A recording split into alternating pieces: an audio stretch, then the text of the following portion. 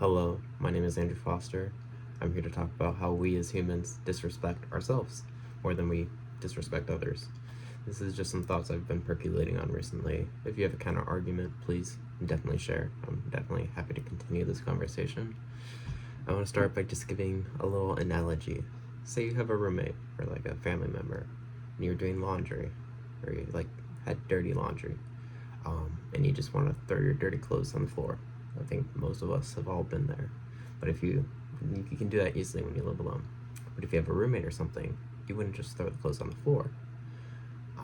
And that goes, you would put them where they're supposed to go in like the laundry basket, or if it was vice versa, you had laundry, you'd fold the laundry, not just throw it in a pile. And I think that just comes to the fact that we treat others with so much more respect than we do ourselves. Like, we're partly extrinsically motivated. We act differently than when we're isolated and we can just 100% relax compared to when there's people around us, which is our innate nature. But I think just with so much, screen time, isolation, and being alone, and that continuous process of disrespecting ourselves, throwing the dirty clothes on the floor, have been so exacerbated that we don't even fully realize we're doing it nowadays. And then it just becomes part of our personalities. It becomes a character trait, which the first step is acknowledgement, and then we can have change. More on that later. But for example, if you were in someone else's body for a year, and then you had to return them 1 year later, would you be healthy, give them a nourished, healthy body, exercise regularly, or would you just consume a lot of junk food, make them gain 30 pounds? I feel like most people would want to return the body healthily. I need water. Oh my god. I don't want to. Can I speak? God, I don't know. But most people want to return the body healthily for the person when they get it returned. But nowadays, we're constantly have slot machines in our hands with our phones with dopamine, YouTube, porn, like terrible addictions, and that's just resetting our dopamine to terrible levels. And believe it or not, I'm not perfect either. I've had porn addiction on and off. I mean, I was exposed to it when I was 10, and now I'm thankfully on the up and up.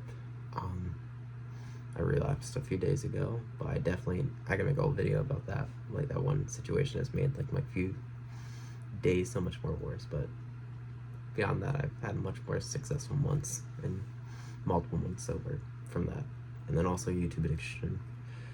I think my information addiction from YouTube has just made me dopamine hungry, and also has negatively made me much more apathetic towards my school and my former passions that I used to be.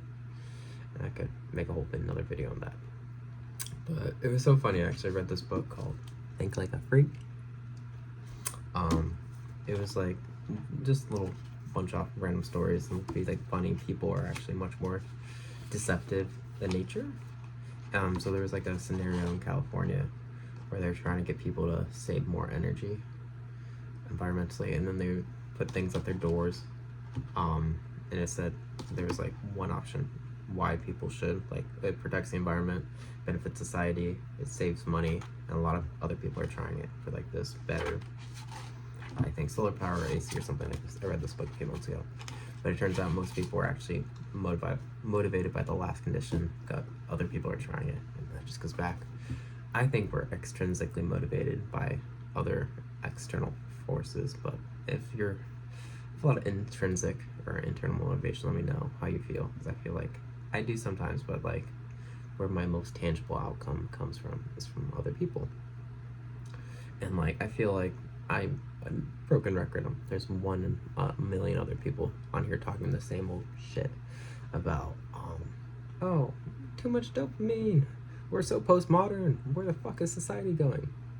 But now, like, revelations, we had those, but now we need tangible impact. I feel like if we don't do tangible impact now, before so much more eye slop and just like Uranus entering Gemini, Aquarius and Pluto, our information addiction is going to go crazy, and we're going to be so stupid, and we're just going to be a low class online. Like, I think back, like Mozart, Beethoven, they never woke up to having a phone or anything, or just having a phone addiction or something next to them when they wake up. And like, I've had on and off. I'm gonna try this more.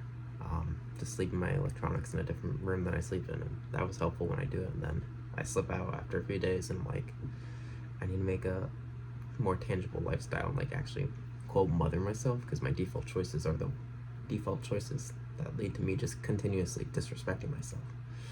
And like I need to treat myself like I'm a different person, and that's what I'm realizing. There's me, but there's a like higher conscious self that's a different person that needs to mother myself, because what the fuck am I doing? 21, confused, god damn. But if you have any thoughts on this, leave them below. I'm happy to continue this conversation. I'm curious if other people were like feel the opposite or something, but these are just my thoughts. And yeah, stay beautiful, be the diva, live a sexy life.